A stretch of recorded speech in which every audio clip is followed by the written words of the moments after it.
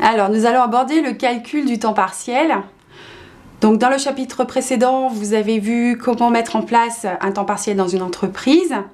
Et là, donc, on va s'occuper du calcul, de la mise en place, en fait, réelle de ce temps de travail. Donc, nous allons prendre l'exemple d'un salarié à temps plein qui travaille 35 heures par semaine, du lundi au vendredi, 7 heures par jour. Ce salarié demande une journée de repos dans cette semaine, à savoir le mercredi. Peut-être pour s'occuper de ses enfants, pourquoi pas. Donc nous allons calculer le nouveau taux horaire de ce salarié, le nouveau taux horaire de travail, à savoir qu'à 35 heures il est à 100%, et là il va travailler donc 4 jours à 7 heures par jour, 4 x 7, 28, il ne travaillera plus qu'à 80%. Comment j'obtiens ces 80%? Eh bien, je vais devoir prendre le nouveau taux horaire, le nouveau nombre d'heures divisé par l'ancien, c'est-à-dire que je vais prendre 28 heures dans mon cas pratique, divisé par 35 heures de travail, et je vais le multiplier par 100 pour obtenir un pourcentage, à savoir 80%.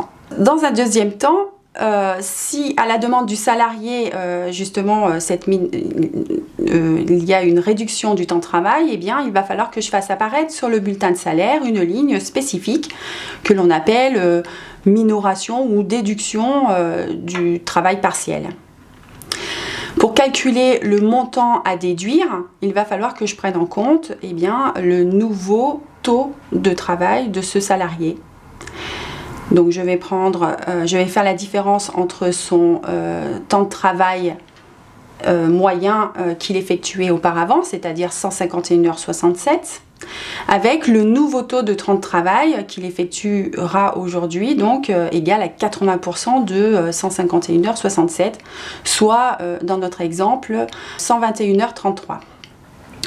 Comment j'obtiens 121,33 h? Donc je vais calculer le nombre d'heures par semaine, donc 28 heures, que je vais multiplier par 52 semaines et diviser par 12 mois par an.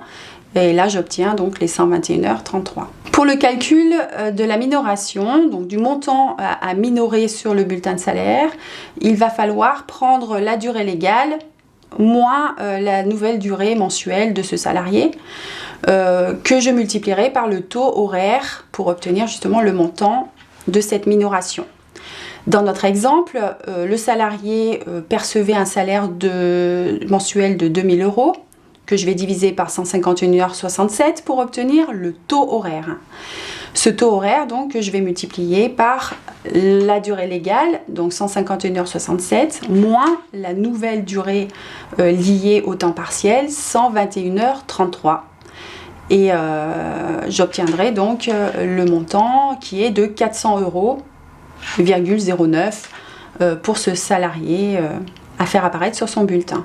Alors, pourquoi il a fallu calculer ce nouveau taux horaire et cette minoration? C'est pour pouvoir faire apparaître sur le bulletin de salaire le nouveau salaire brut du salarié. Voilà. Donc dans le chapitre prochain, nous verrons comment apparaissent les nouvelles lignes sur le bulletin de salaire.